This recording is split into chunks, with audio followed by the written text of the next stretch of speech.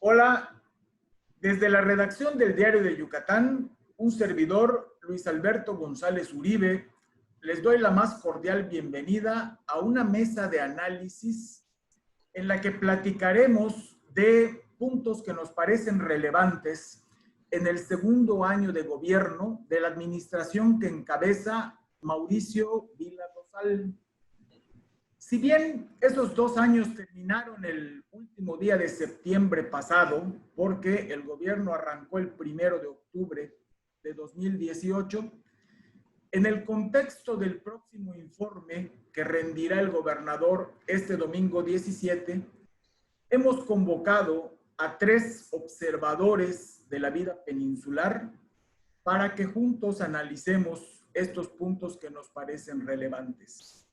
Hoy nos acompañan y presento a nuestros participantes, a la maestra Blanca Estrada Mora, integrante del equipo promotor del Movimiento Ciudadano Ya Basta. Muchas gracias, maestra, por aceptar nuestra invitación. Muchas gracias, Luis. Un saludo y a todos los compañeros que están participando, grandes amigos, a los que estimo y respeto mucho. Y por supuesto, muchas gracias al Grupo Megamedia y Diario de Yucatán por esta oportunidad de compartir puntos de vista. Muchas gracias. También está el doctor Luis Ramírez Carrillo, sociólogo e investigador del Centro Dr. Hideo Noguchi de la UADY. Muchas gracias, Luis, por aceptar nuestra invitación. Un placer, como siempre. Saludos a todos. Gracias.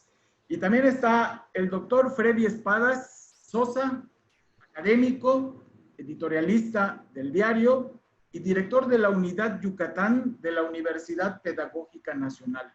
Freddy, muchísimas gracias por estar con nosotros. Muchas gracias, Luis Alberto, por la invitación. Saludo con mucho afecto y emoción a la maestra Blanca Estrada y al investigador Luis Ramírez de la UADY. Enhorabuena que estamos para compartir puntos de vista. Muchas gracias. Muy bien, pues empezamos. Lo primero que les agradecería que podamos analizar es, pues, empezar por lo que se ha hecho bien. Es decir, ¿cuáles son los principales logros que ustedes detectan en este tramo del gobierno estatal? Le agradecería a la maestra Blanca que empiece con sus comentarios. Maestra, por favor.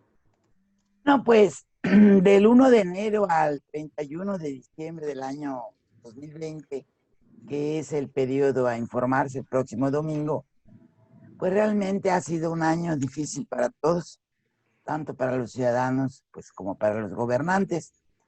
Y si queremos, pues, como tú acabas de mencionar, empezar por lo positivo, pues yo diría dos cosas, ¿no? Una, pues que se ha dado seguimiento a varios proyectos de inversión, pues para la consecución de fuentes de empleo aquí en el estado. Algunos de estos proyectos, incluso iniciados hace bastante tiempo, incluso algunos desde la administración pasada, pero que se les ha dado seguimiento y que tenemos noticia, información sobre que, pues bueno, se van a instalar determinadas fábricas, empresas, etcétera. Y pues si nos vamos al comentario de situaciones pequeñas, aunque platicaremos más adelante de ese punto, pues yo catalogaría como algo pues importante el hecho de la atención a los trabajadores de la salud, en el sentido de que se puso una ruta de transporte, se les consiguió hospedaje en hoteles, etcétera. Pero fundamentalmente yo creo que es el seguimiento a eso. Muchas gracias, maestra. Luis, ¿cuáles son esos puntos o los principales logros que detectas en este tramo del actual gobierno? Bueno, en razón de la brevedad de tiempo y además de coincidir con lo que ha señalado la maestra Blanca, yo me concentraría solamente en uno, en seguridad pública. Está también el desigual, pero a fin de cuentas hasta ahora más o menos bien manejado fenómeno de la pandemia, pero yo me gustaría concentrarme solamente en uno, que es la seguridad pública. Ustedes dirán, ¿por qué?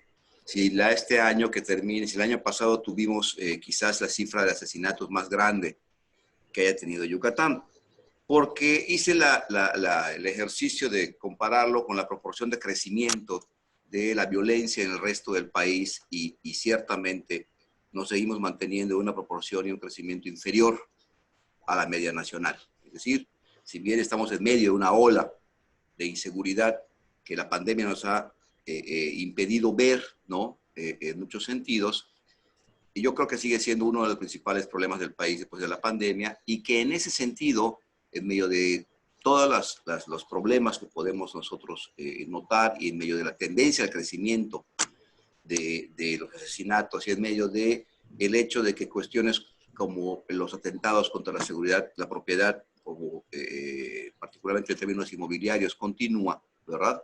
Allí están. De todas maneras, en comparación con lo que estamos observando, e incluso en lugares cercanos como Quintana Roo, ¿no?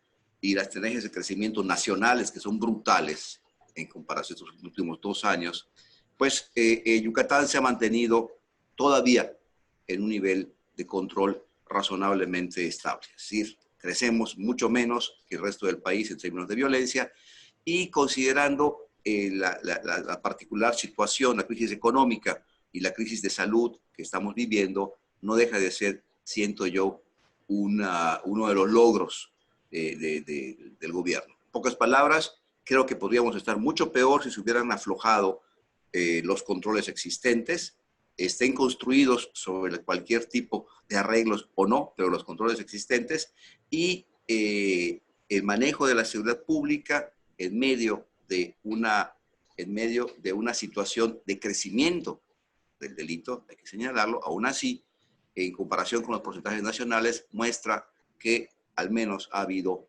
un intento de no abrir demasiado los candados, no abrir los candados de controles que habíamos tenido los últimos 10 años, digamos, ¿no? Donde hemos tenido cada año, de todas maneras, una tendencia al alza, no olvidemos eso, ¿no? Entonces, yo no escatimaría ese comentario, sin dejar de ver, pues, que estamos en un proceso de empeoramiento de prácticamente todos los indicadores, la economía, la salud y la salud, inclusive la misma seguridad, ¿no?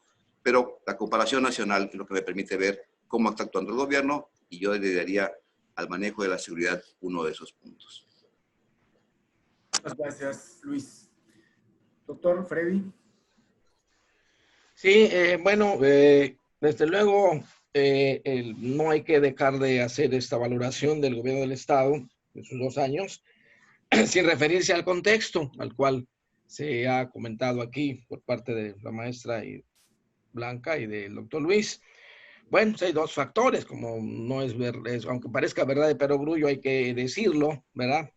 En el sentido del impacto brutal de la pandemia en los aspectos económico y social, por un lado, y por el otro, la redistribución de los recursos federales que derivó de las nuevas prioridades que el gobierno federal asumió y que ha implicado una disminución de los presupuestos de libre disponibilidad, como le llaman algunos, aunque por otro lado hay una considerable derrama de recursos federales por concepto de los propios programas, de los grandes programas sociales, educativos y de infraestructura que se están aplicando en el Estado, ¿verdad? Además, pues el gobierno ha reconocido también que dejó de percibir en 2020 2,000 millones de pesos de su presupuesto de ingresos estatales por concepto de derechos y aprovechamiento derivado de la situación de emergencia que vivimos.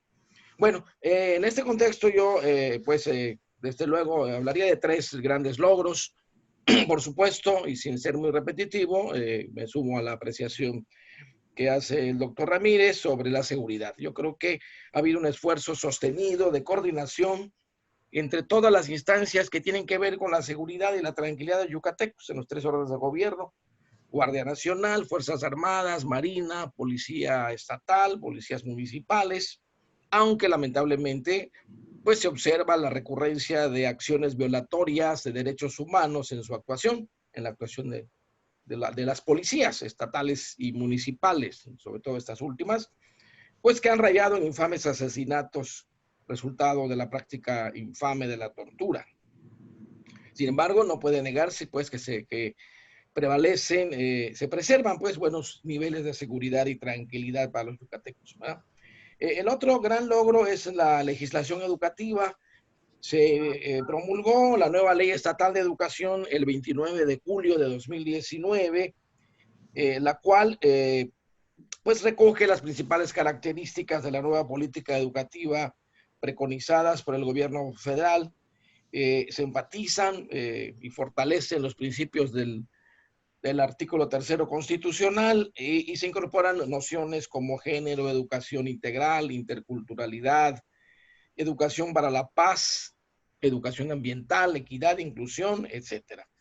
Y el otro tercer gran logro me parece que es el plan de infraestructura para la creación de empleos y apoyo a la reactivación económica 2020-2021, anunciada desde septiembre, me parece, del año pasado, y que implica una inversión de alrededor de 3.440 millones de pesos en varios municipios, en varios rubros, aunque cabe aclarar que el 50% de esta inversión contemplada en el plan de infraestructura corresponde pues a la inversión por concepto de seguridad del programa Yucatán Seguro, en el que se invierten recursos del famoso préstamo por 2.620 millones de pesos que le autorizó el Congreso del Estado al Ejecutivo en julio de 2019. Y en este plan es deseable que se informe con toda oportunidad y transparencia el curso que lleva la implementación de este importante plan. Digo, es una demanda ciudadana, no hay todavía no hay información transparente, clara a este respecto, pero es exigible al Ejecutivo del Estado que lo haga conforme se avanza en estas obras de este plan. Muchas gracias. Muchas gracias a los tres. Bueno, si les parece, pasamos al siguiente punto, que es cuáles son los principales pendientes de la administración al corte de este segundo año de gestión. Y le agradeceríamos a Luis que nos haga favor de responder en primer lugar. Luis, por favor. ¿Cómo no? De nuevo, en aras de la brevedad del tiempo, yo me concentraría entre los muchos pendientes, ¿verdad? Es difícil elegir cuál de tantos, pero digamos que por tomar, no al azar, sino pensando sobre todo en la primera necesidad, el pendiente que está es el apoyo para la generación de empleo. En pocas palabras, la redistribución o apoyar a la redistribución de los ingresos, redistribuyendo de manera más democrática, más equilibrada el gasto público. Sabemos que no es a fin de cuentas el Estado quien genera el empleo, no al menos en este sistema económico, ¿verdad? Si estuviéramos en China estaríamos hablando de otro tipo de política de inversión, pero en este sistema económico el Estado es coadyuvante a la generación de empleo.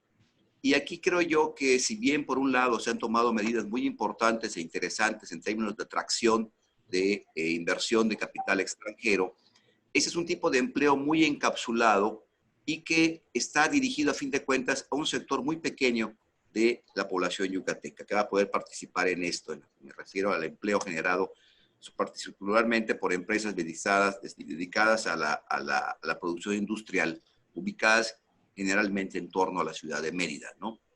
El problema del empleo en el interior del Estado es muy, muy grave. El desplome de la actividad agraria y pecuaria es tremendo, es dramático allí sí, en medias superiores a la media nacional, ¿no? Y tenemos un campo muy descuidado, un campo con inmensas necesidades, y tenemos pues más de 1 millar de pequeñas comunidades y no tan pequeñas comunidades, ¿verdad? En los 206 municipios y casi más de 2.000, casi 2.000 comunidades que se encuentran muy a trasmano del desarrollo que podemos observar en una parte o en más de la mitad de Mérida, ¿no? En torno a la zona metropolitana de Mérida. Y esa área continúa, creo yo, ateniéndose de manera secundaria dentro de las políticas económicas del gobierno. Y no noto una diferencia, una nueva estrategia destinada no hacer, como suele decirse, una derrama, porque una derrama suena casi como un desperdicio, ¿verdad? Pero sí una redistribución sensata de los recursos. Veamos, por ejemplo, este programa de infraestructura que me parece muy importante, reubicado en zonas productivas o tradicionalmente productivas del Estado que tienen potencial. Y son muchas realmente las que se encuentran, las que están redistribuidas, ¿no? En ese sentido, sí siento yo todavía un pendiente.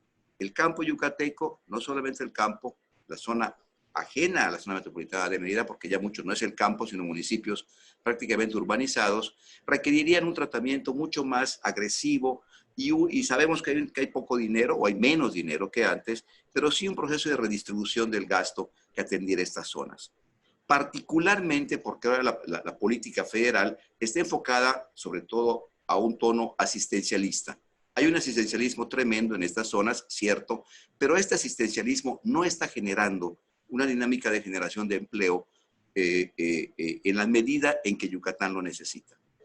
En otras palabras, vuelvo a decir la frase, el otro Yucatán, ¿no? La otra parte del Yucatán que nosotros no vemos, sigue todavía en las sombras, sigue en la penumbra, ¿no? Hay políticas asistenciales, tanto del gobierno federal como del gobierno estatal. No hay políticas importantes, agresivas, visibles, ni del gobierno federal, ni del gobierno estatal, y mucho menos los gobiernos municipales, como para poder tratar de poner esta mitad de los yucatecos que se encuentran en la pobreza mayor a darles un paso adelante. El asistencialismo va a ser muy temporal y con impactos muy bajos.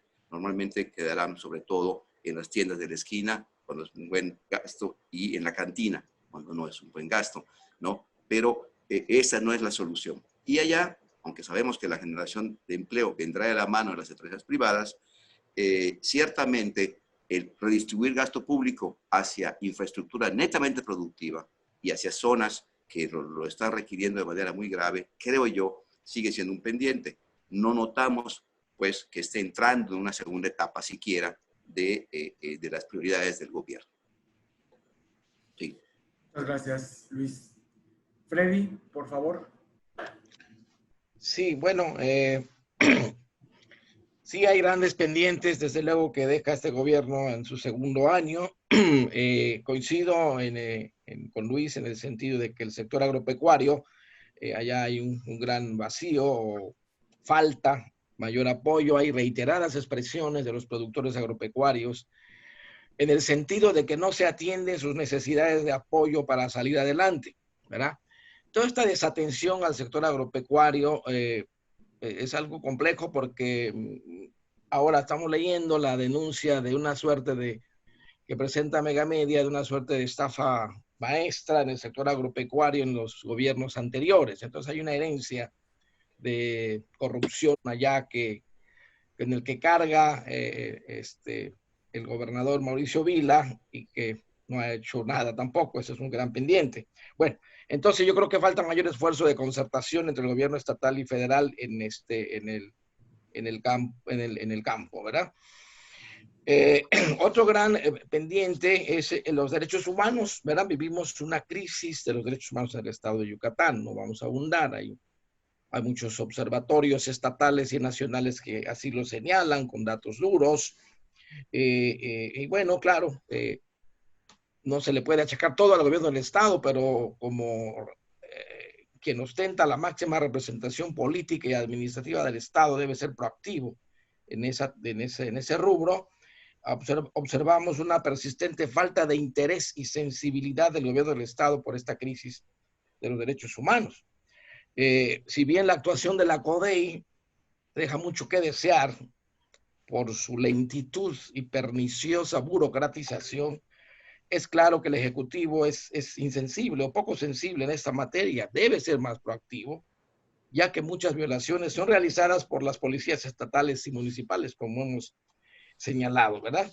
El otro, bueno, también en el campo de los derechos humanos, por añadidura, pareciera que el Ejecutivo no es partidario de la ampliación de los derechos humanos, ya que, por ejemplo, nunca se ha pronunciado por el reconocimiento de los derechos de la comunidad lésbico, gay, transexual, ni por los derechos de las mujeres a decidir sobre su cuerpo. Y bueno, y otro gran pendiente es el combate a la corrupción, ¿verdad? Parece que el Ejecutivo nada de muertito en el caso del combate a la corrupción, sobre todo, como ya señalamos, en la que permeó en las pasadas administraciones. Pareciera que todos los funcionarios anteriores, e incluso los actuales, parecieran ser unas blancas palomas para la actual administración, ¿no? En el combate a la corrupción, pues la sociedad en realidad está muy indefensa. El Ejecutivo no la combate, el sistema de acceso a la información es altamente tortuoso y costoso y artrítico, prematuro, no sirve para nada realmente, ¿no? Es un ente, ahora sí que es un ente inservible. Bien, pudiéramos hablar de la justicia también, en la lentitud de los avances en las investigaciones de los feminicidios, de los crímenes derivados de la tortura. Y finalmente, creo que le falta al gobernador dialogar. Hay una falta de concertación y diálogo políticos con las fuerzas políticas de la entidad, con los otros poderes, ni con la sociedad civil, para impulsar una verdadera transformación del Estado. Creo que es tiempo de que este rubro de la gobernanza se atienda con una apertura, con visión estratégica, con altura de miras, si es que Mauricio Vila quiere dejar huella en su paso por la máxima representación del Estado, o bien pasar a la historia como quien administró más o menos bien la emergencia sanitaria y la crisis económica que a todos nos afecta. Muchas gracias, Freddy. Bueno, y cerramos esta segunda pregunta o este segundo tópico con la participación de la maestra Blanca Estrada. Por favor, maestra. Pues realmente poquísimo el tiempo, porque creo que nos llevaría muchas horas hablar de los pendientes, si así le llamamos, de manera conceptual. En este sentido, yo creo que los principales pendientes yo trataría de resumirlos en tres conceptos: falta de transparencia, nula rendición de cuentas, por supuesto el combate a la corrupción. Creo yo que estos tres temas son verdaderos pendientes de la actual administración pública del Estado. Y por supuesto, si nos remitimos a circunstancias, a situaciones, pues yo creo que tendríamos que empezar hablando de un pendiente que que se dio, mejor dicho, precisamente durante la ceremonia del primer informe de gobierno. Y ese pendiente fue pues la agresión a una manifestación pacífica mediante una pues bomba lacrimógena, no sé cuál sea el nombre técnico, y que se dejó al olvido, a la corta memoria social, pero que considero que ha marcado un punto muy importante que se puede considerar como atribuible a este estilo de gobernar que tenemos actualmente. Y en ese sentido, por supuesto, lo que han comentado tanto Luis como Freddy, en efecto, el manejo del presupuesto de egresos, hacia dónde se dirige, que esto desde luego tiene mucho que ver con esta situación de que podemos casi hablar de dos Yucatanes, Yucatán, Mérida, Mérida Metropolitano si acaso, y todos los demás municipios que conforman nuestra entidad. Y en este sentido, por supuesto, la atención está, sí, donde hay el mayor número de habitantes concentrados, pero que no debe de olvidarse que se debe de gobernar para todos. Otro pendiente es el del transporte público.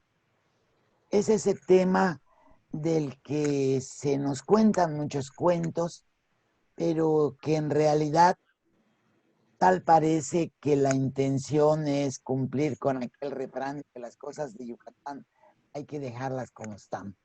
Tenemos un sistema de transporte público obsoleto, perjudicial incluso, y que de nueva cuenta está la atención, entre comillas, en Mérida, sin tomar en cuenta ese transporte público en todos los municipios del estado. Ahora con la pandemia en los paraderos, vamos a cambiar los focos de infección, vamos a poner medidas, ¿sí? ¿Y qué pasa en esos sitios de taxis, de combis, en los municipios del interior del estado, como le llamamos? La situación del transporte público colectivo, que es un factor fundamental en la movilidad de la mayoría de los habitantes de este estado, es un pendiente de verdad importante y profundo, porque no se ven visos de que realmente se vaya a hacer algo para modificarlo. Y por supuesto, en la cuestión de transparencia, insisto, nos anuncian muchas cosas, se nos dicen muchas otras, pero la transparencia en lo que realmente significa es un gran pendiente. Y si hablamos de la rendición de cuentas, pues bueno, nos quieren hacer creer, o así se manipula a la opinión pública, con que precisamente este evento del próximo domingo es una rendición de cuentas. Nada más falso que esa conceptualización.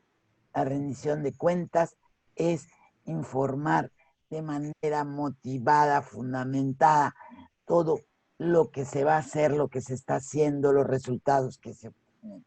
Y creo que este es un pendiente, pues de verdad, muy, muy importante.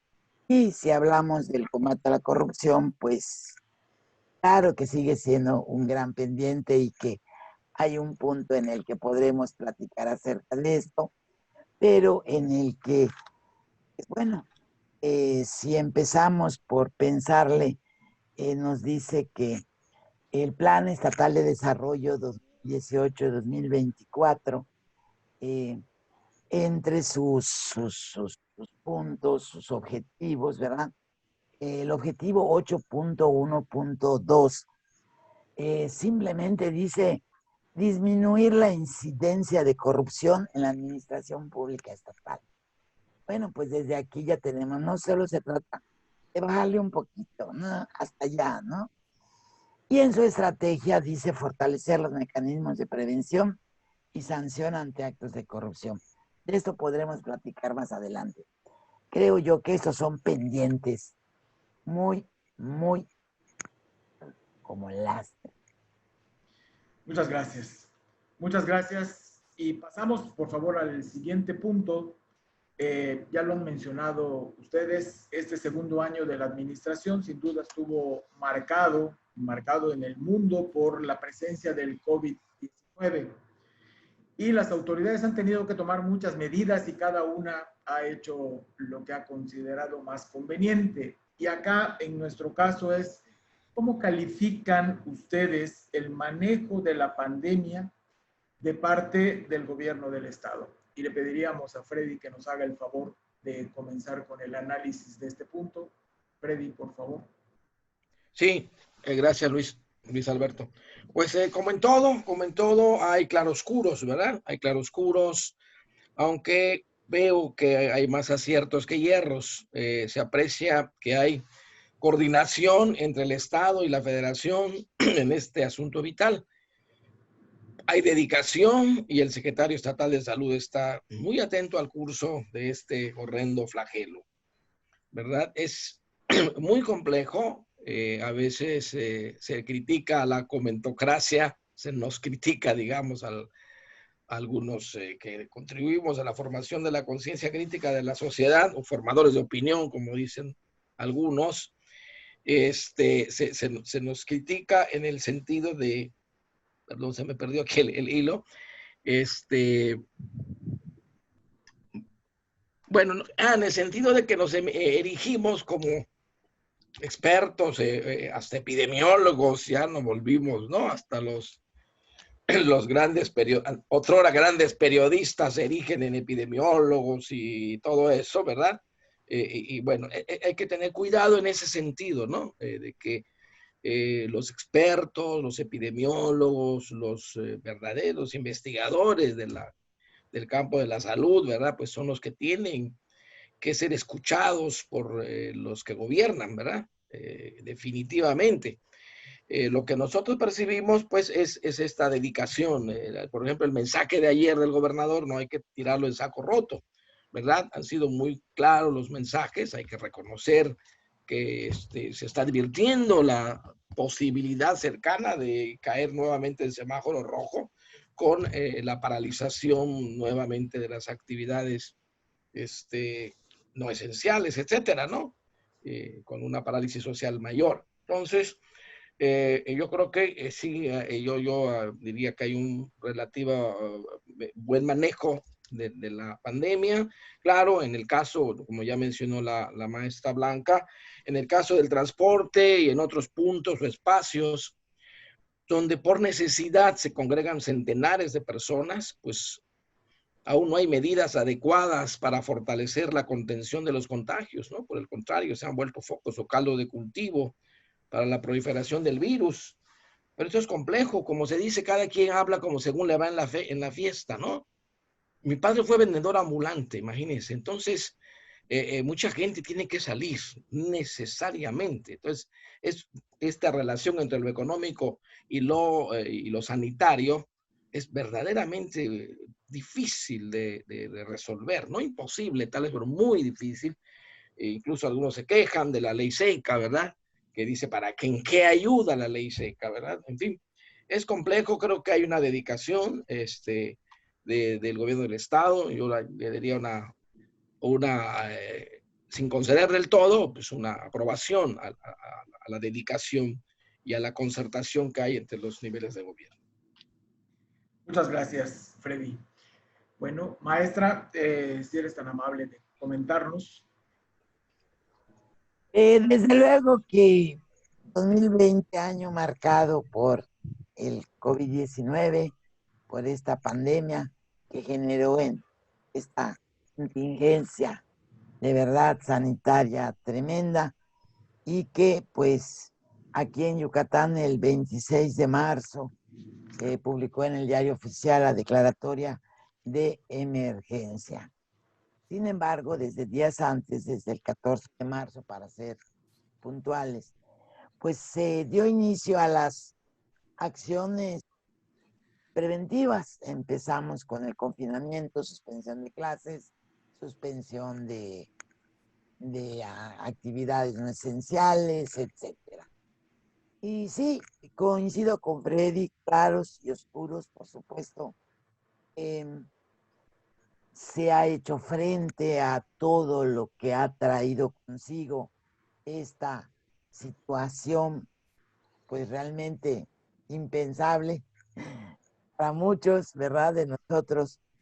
Se ha, insisto, se ha de alguna manera atendido a los trabajadores del sector salud, y yo aprovecho este espacio para expresar mi mayor reconocimiento y agradecimiento a todos los trabajadores del sector salud, médicos, enfermeras, camilleros, intendentes, a todos, porque realmente han sido el verdadero ejército que en primera línea está dándole la batalla a este virus.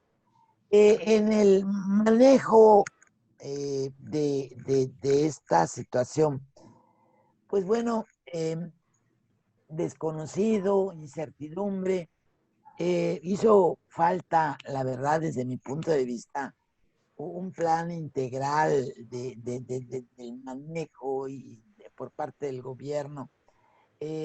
tal pareciera que todos pensó que en 2 meses iba a terminar. Todos los apoyos a la población, etcétera, fueron programados para solo 2 meses. Y pues desde luego, como todavía la tenemos, luego se ha tenido que recurrir a ciertas medidas y demás. Pero yo sí considero como uno de los oscuros de este tema esa falta de información oportuna, adecuada y accesible para todos, no solo para los que saben de temas, no, para todos.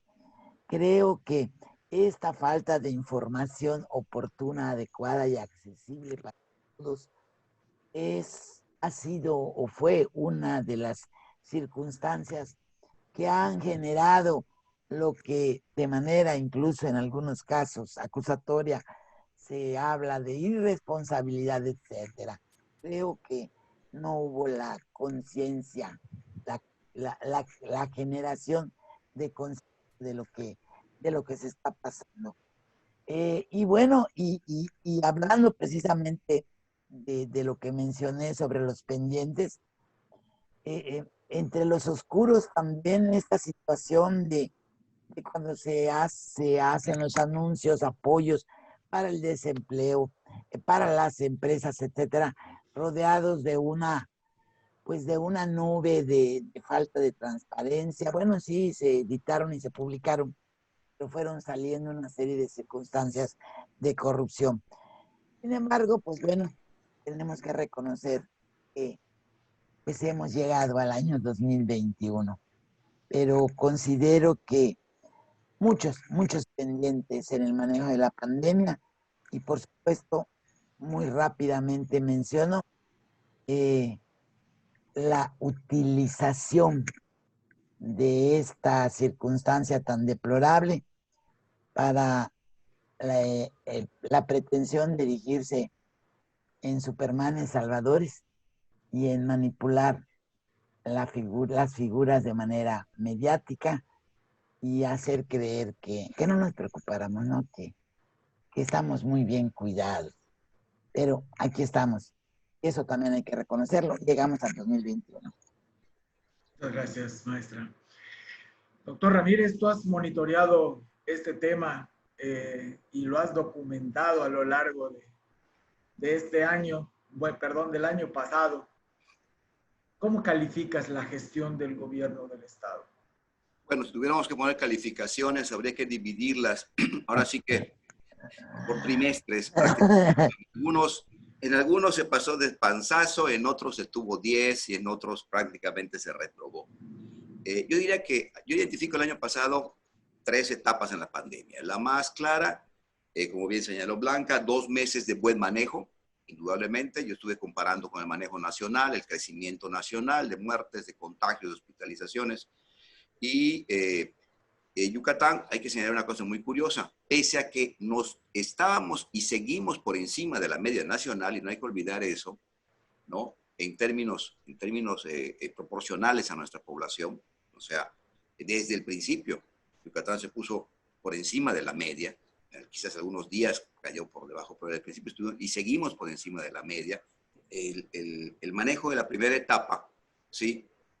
Funcionó porque se hizo un cierre prácticamente total, ¿no? Y porque obviamente los niveles de contagio y los niveles de positividad eran aún muy bajos. Entonces, esa combinación de efectos, una medida muy drástica de cierre total, de movilidad casi, de inmovilidad casi, que se pudo sostener durante 2 meses debido a que había reservas económicas un poco a todos los niveles, pues nos dio muy buenas cifras. Y allí hay que reconocer que la respuesta fue rápida y que fue positiva. Los números lo muestran. Pero esta etapa terminó el 8 de junio. Y cuando vino la segunda etapa, la etapa de la apertura, que fue de junio, del 8 de junio al 20 y tantos de agosto, entramos en una etapa desastrosa. Y entramos en una etapa desastrosa por la falta de visión de que no todo el mundo anda en coche. Hubo una falta de sensibilidad social que me extraña que el grupo, tanto de salud como de gobierno, no le hubiera señalado que existe el otro Yucatán que se mueve en combis, que se mueve en camiones públicos, y existe el otro Yucatán a nivel urbano también, que está fuera de Mérida, y existe la otra mitad de los meridanos, la zona metropolitana de Mérida.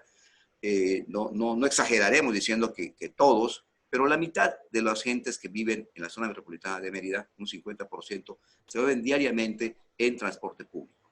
El coche privado está, el transporte privado, los coches están ampliamente distribuidos, ¿verdad? Hay muchas clases sociales, medias bajas, de trabajadores que pueden moverse en coches muy viejitos, el campo, el parque vehicular es muy antiguo en esta ciudad, de tal manera que se ha redistribuido hacia abajo, pero la mitad de la zona metropolitana y prácticamente el 70% del interior del estado se mueve en transportes públicos, y allí fue el punto flaco que, siento yo, desató unas cifras tremendas. Tuvimos 1,000 muertos nada más entre el 20 de julio y el 20 de agosto. La tercera parte de nuestros muertos se concentraron en 30 días. Llegamos a un punto de 40 muertos diarios. Ese fue el punto flaco. Tardaron mucho en responder, 3 meses, muchísimo para notar esto. No hubo un desconcierto enorme para poder manejar la reestructuración del transporte público, que es donde se estaba dando ciertamente la mayor cantidad de contagios. Se atendió el lugar de trabajo, se atendió el cuidado dentro de casa, ¿sí? Se atendió quizás un tanto, o la medida de que se pudo en ese momento, la hospitalización, pero se descuidó el mayor foco de contagios, ¿no? Olvidando que la mayor parte de la economía yucateca está ubicada en el sector informal, como bien señalaba Freddy, que una gran cantidad de gente se dedica tiene que trabajar por su cuenta. El sector informal casi por naturaleza es muy móvil, ¿no? La zona metropolitana de Mérida está ubicada en casi un 80% en comercio y servicios móviles, de las cuales más de la mitad son informales. Entonces, era cuestión muy simple darse cuenta de dónde se iba a estar dando el principal punto de contagio.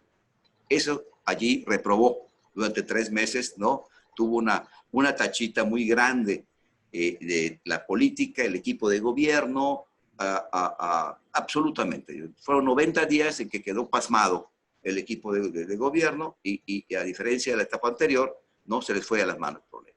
Y una tercera etapa de recuperación que hasta el momento ha sido exitosa, basada, creo yo, por una gran cantidad de factores, ¿no? Una mayor conciencia pública, un efecto también de carácter psicológico y subjetivo de la reestructuración de paraderos y el transporte, que metió un foco rojo en la conciencia de la gente de que algo grave está sucediendo cuando no encuentras tu paradero, cuando tienes que caminar, cuando la calle está con obstáculos, ¿verdad?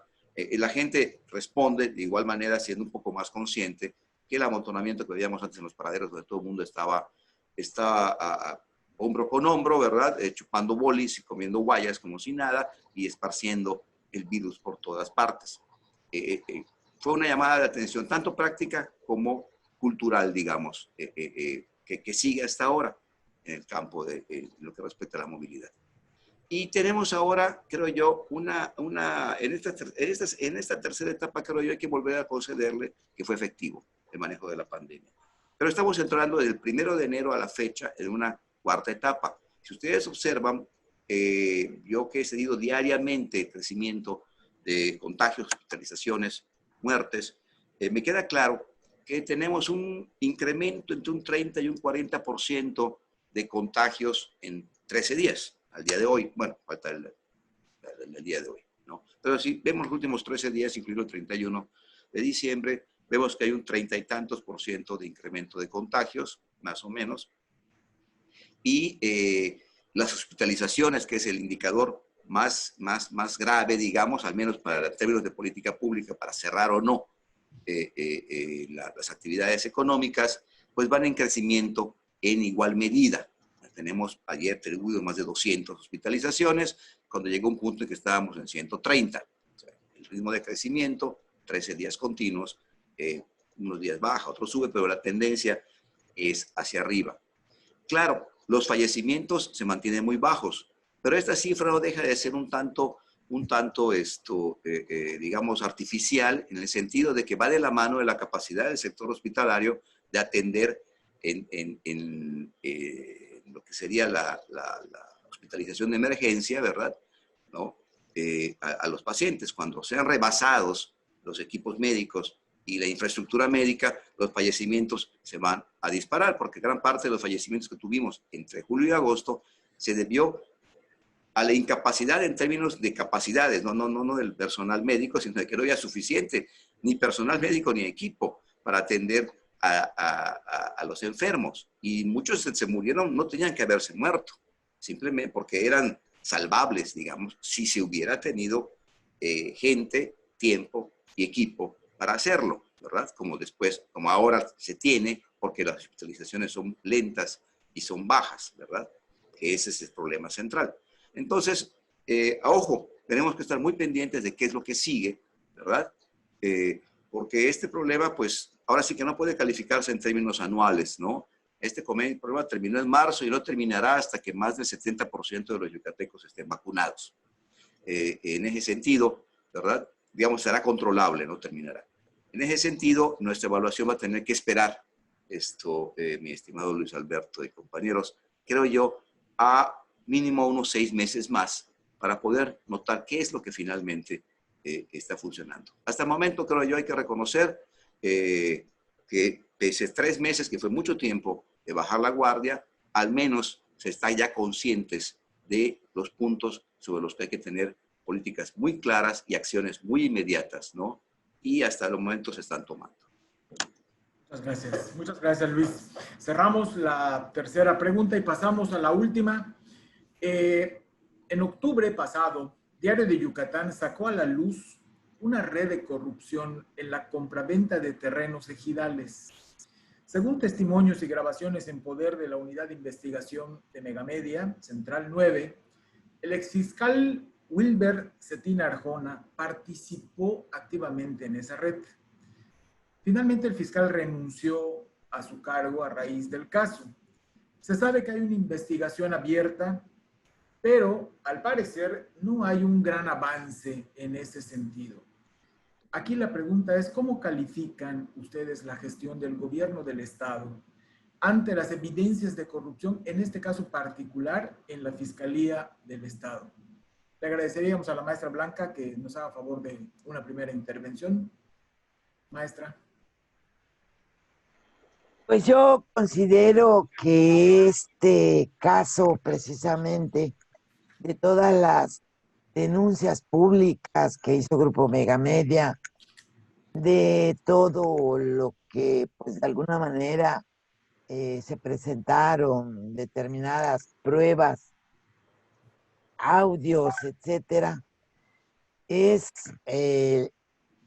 una lamentable muestra de ese gran pendiente del que hablamos en la segunda pregunta o el segundo tema, que es el combate a la corrupción. De verdad, este caso del hoy exfiscal, todo lo que se ha dado a conocer, lo que ha salido además de esto, es en verdad una situación indignante, pero a la que, como casi es ya costumbre, se le ha dejado para el olvido, para el borrón y cuenta nueva, para volcar la página. Realmente aquí sí coincido con Luis, pues es que eso de calificar es una situación bastante difícil ante este tipo de temas de los que estamos hablando. Yo lo que sí puedo señalar es que es realmente una situación aberrante, denigrante, que además de eso pone un sello a la actual administración pública estatal, pone un sello al gobierno de Mauricio Vila Dosal. La callada por respuesta, una serie de contradicciones y que obligan a especular con el tema de este caso denunciado de Wilber Cetina, hasta dónde en realidad llegaba, hasta qué niveles, hasta qué funcionarios tocaba, que se optó porque renuncie y que ahí quede. Un fiscal anticorrupción que antes era vicefiscalía y que se ha manejado como uno de los grandes avances, el que se convirtiera en fiscalía anticorrupción y un órgano autónomo, etcétera, y que realmente no ha hecho nada. Y si no ha hecho nada, tenemos que pensar que es porque tiene órdenes de no hacer nada. Y espero, me encantaría estar totalmente equivocada, pero al menos esto es lo que se refleja. Es un sello al actual gobierno y es una muestra que, así como mencionaban hace un momento de que los focos rojos en el caso de la contingencia sanitaria, pues bueno, abrieron los ojos y se decidieron muchas acciones. Este caso creo que debe de ser considerado, Luis Alberto, como un foco rojo para todos los ciudadanos sobre lo que realmente pasa en muchas esferas gubernamentales, que no nos llega ninguna información, que está realmente oculta, pero que está causando graves perjuicios, pues en este caso a todos los yucatecos. Y desde luego a esta cultura anticorrupción. Es un caso denigrante en el que la red de complicidades también, o la red de protección, mejor dicho, se puso de manifiesto un sistema estatal anticorrupción cuyo comité coordinador no ha dicho ni ha hecho nada respecto a este caso, y como esto podemos seguir hablando, pero en realidad grave, muy grave el hecho, y más grave aún la impunidad en que es el manto protector de la corrupción.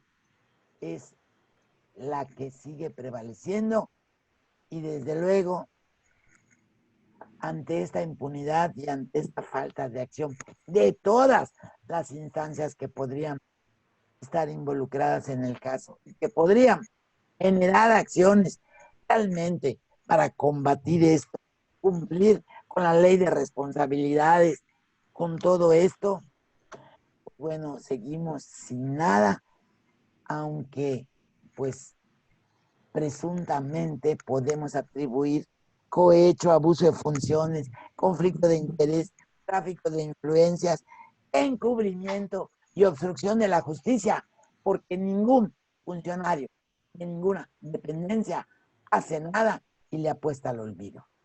Lamentable. Muchas gracias, maestra. Luis, por favor. Sí, no, claro que sí. Mira, así como en términos estructurales el descuido del millón de yucatecos que viven fuera de la zona metropolitana, y en ese sentido el mantenimiento de los niveles de pobreza o el incremento de los niveles de pobreza siguen siendo el principal pendiente de este gobierno.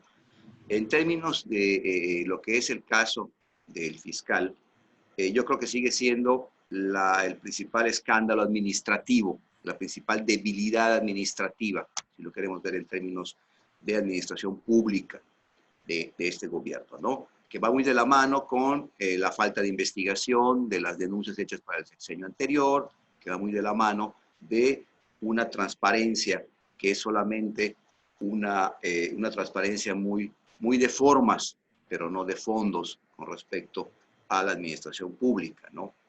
Independientemente de los impactos que esto pudiera tener en términos de imagen y en términos de administración de justicia particularmente, y yo me enfocaría aquí en la administración de justicia, pues es muy preocupante, ¿verdad?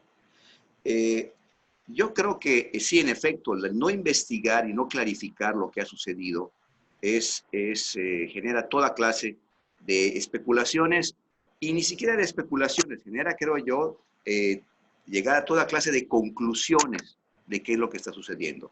Es muy sintomático que el escándalo que haya llevado a la caída del fiscal haya sido precisamente uno de los delitos de cuello blanco más graves, quizás diría yo el más grave que ha enfrentado Yucatán en la última década, que son los delitos contra la propiedad social, en el caso de los ejidos, contra la propiedad privada, en el caso de los propietarios de pequeños predios o de casas, ¿verdad? Sean estas pequeñas casas de interés social, casas en las comisarías, casas en los fraccionamientos de clase media, incluso propiedades empresariales, ¿verdad? En la costa, etcétera.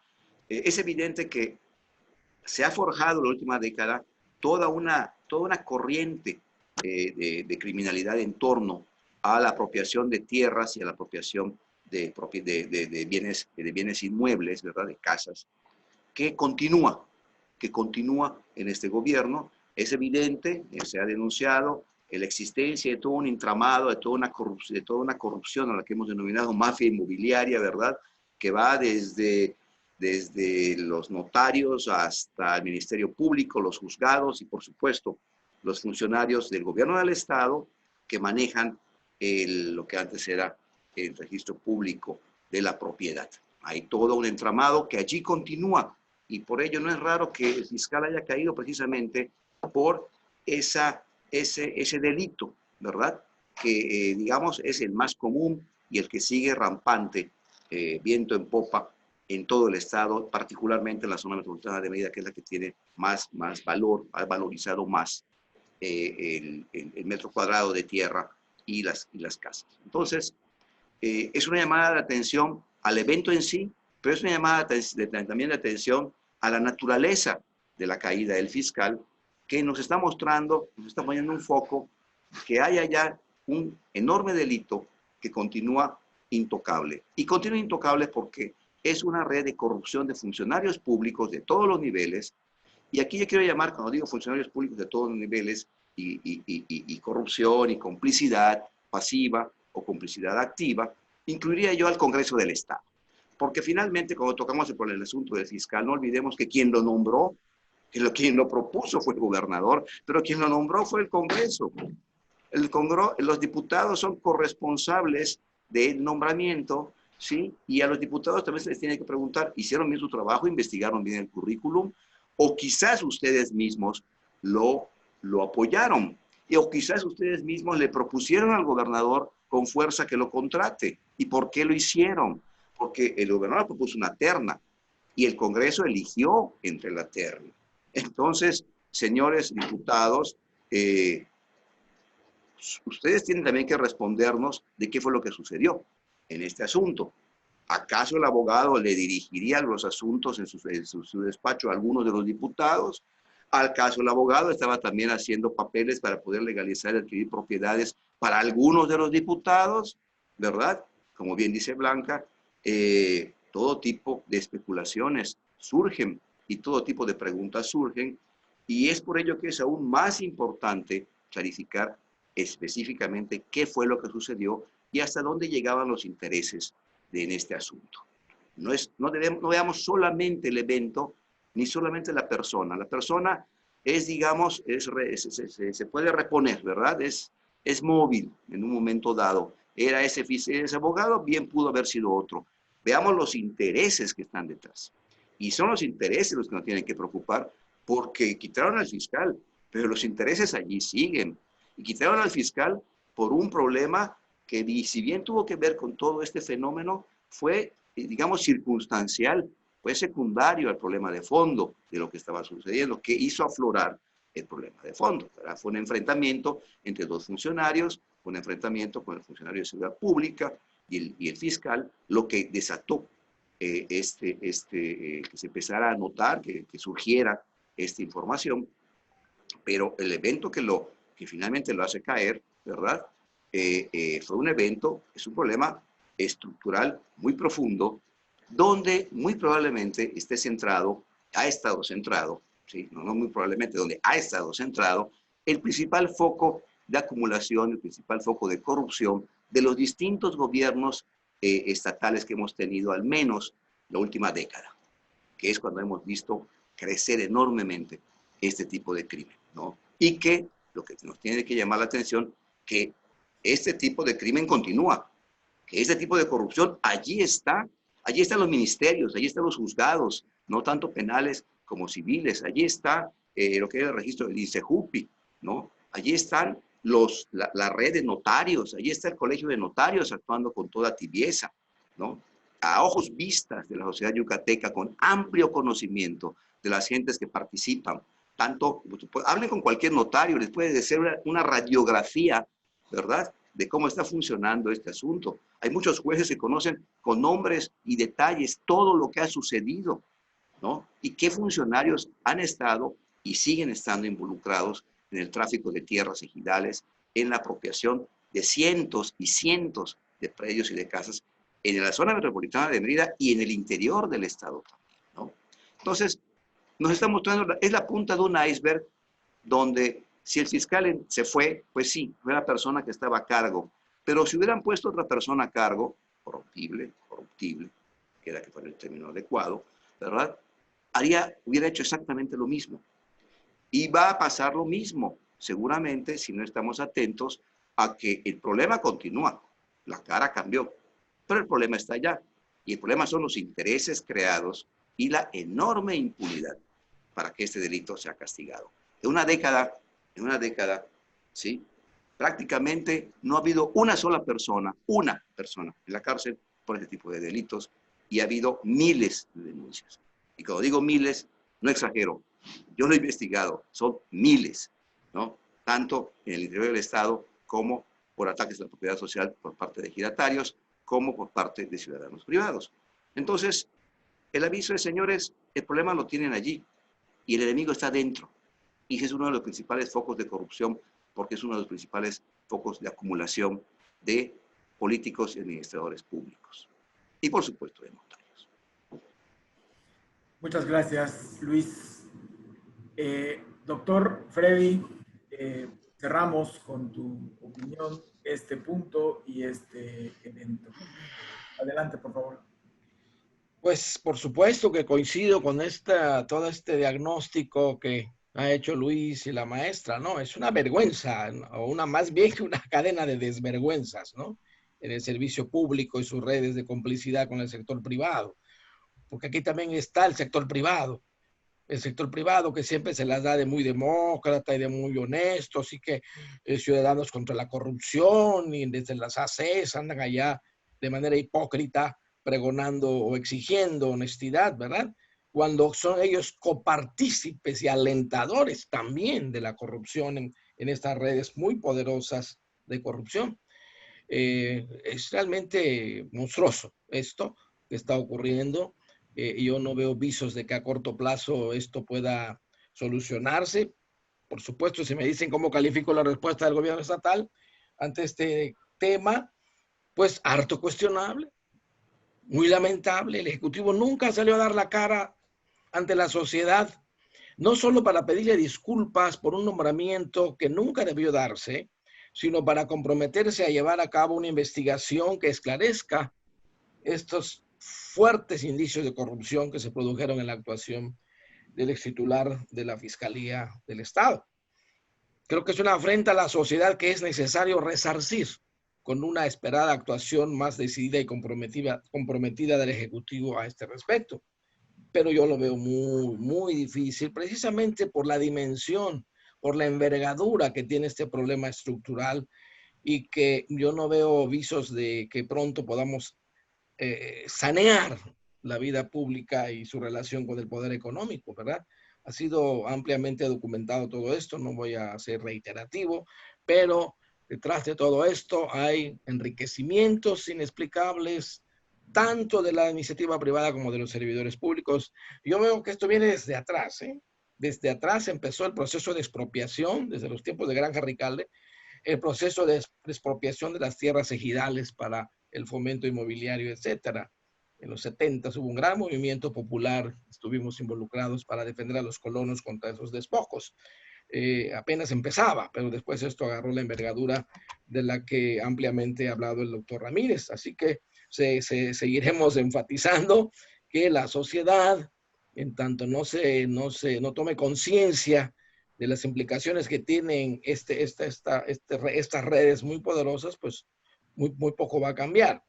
Y ahora sí, otro día hablaremos del papel de los famosos entes autónomos, ¿verdad? Que ahora hay un sacudimiento nacional, porque el presidente de la República ha puesto en predicamento, de manera osada si se quiere, pero ahí está el predicamento.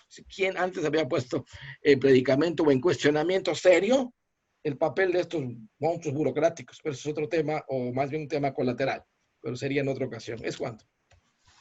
Muchísimas gracias, Freddy. Muchísimas gracias a los tres participantes por sus comentarios. Es un corte de caja, es 2 años de gobierno. Como ustedes comentan, seguiremos analizando. Les agradeceremos que en futuras ocasiones podamos seguir platicando de estos temas en aras de ofrecer a nuestros lectores, a quienes nos siguen en las redes sociales, elementos que les permitan analizar más allá de lo que se ve o de lo que se informa. Muchísimas gracias, maestra Blanca. Muchísimas gracias, Luis Ramírez. Muchísimas gracias, Freddy Espadas. Seguiremos en contacto. Les agradecemos a todos nuestros lectores y seguidores en los espacios electrónicos su atención. Y bueno, pues a nombre de Diario de Yucatán y de Grupo Mega Media, les reiteramos nuestro agradecimiento y nos vemos en la próxima entrega. Muchísimas gracias a todos.